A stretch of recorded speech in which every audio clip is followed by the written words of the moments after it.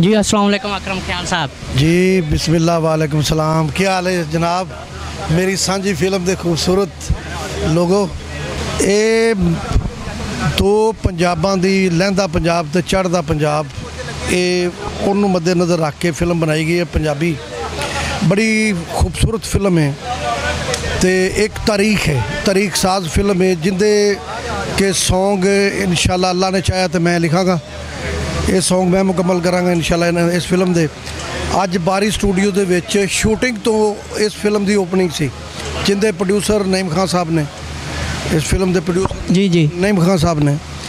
तो मैनू उम्मीद है कि बहुत अच्छी, मैं स्टोरी सुनी है। रमान खान साहब डायरेक्टर ने, आजाद शरीफ साहब डायरेक्टर ने, दे दो डायरेक्टर जिस तरह मुस्तान वगैरह उधर है सन, इंडिया के दो डायरेक्टर मुस्तान सर। मेरे हिसाब नाल ना, चूँकि पंजाबी फिल्म है तो पंजाबी जी मैं गुफ्तगू कर रहा, मेरे हिसाब नाल ये अच्छा एक्सपीरियंस है कि दो ज़हन जो मिलते हैं ना, मंझे हुए दो ज़हन हदायतकारां दे दो ज़हन।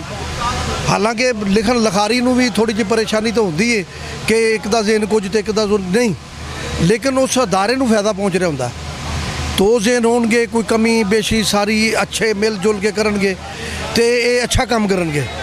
कोई ना कोई चीज़ यानी कि अगर रह जाती है बाज़ औक़ात तो वो दूसरा पिक कर रहा होंदा, तो ये मेरे ख्याल च अच्छा तजर्बा है। अगर दो डायरेक्टर इनू करते हैं तो बहुत अच्छा तजर्बा है, फिल्म वास्ते बेहतर है।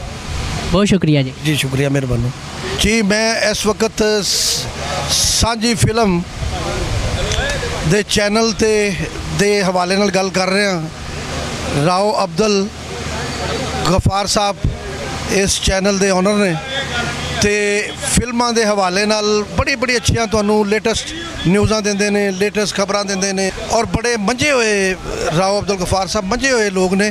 तो तुसीं इन्हां दे चैनल नू सबसक्राइब करया करो, इनू वेख्या करो, चैनल नू नवीं वीडियो ये अपलोड करते हैं। तो मेहरबानी है तुहाडी, मैं तमाम आवाम अगे, दोस्तां अगे, यारां अगे रिक्वेस्ट करांगा कि सांझी फिल्म दे चैनल नू सबसक्राइब करया करो, ज़्यादा तो ज़्यादा शेयर करया करो, लाइक करया करो। शुक्रिया जी।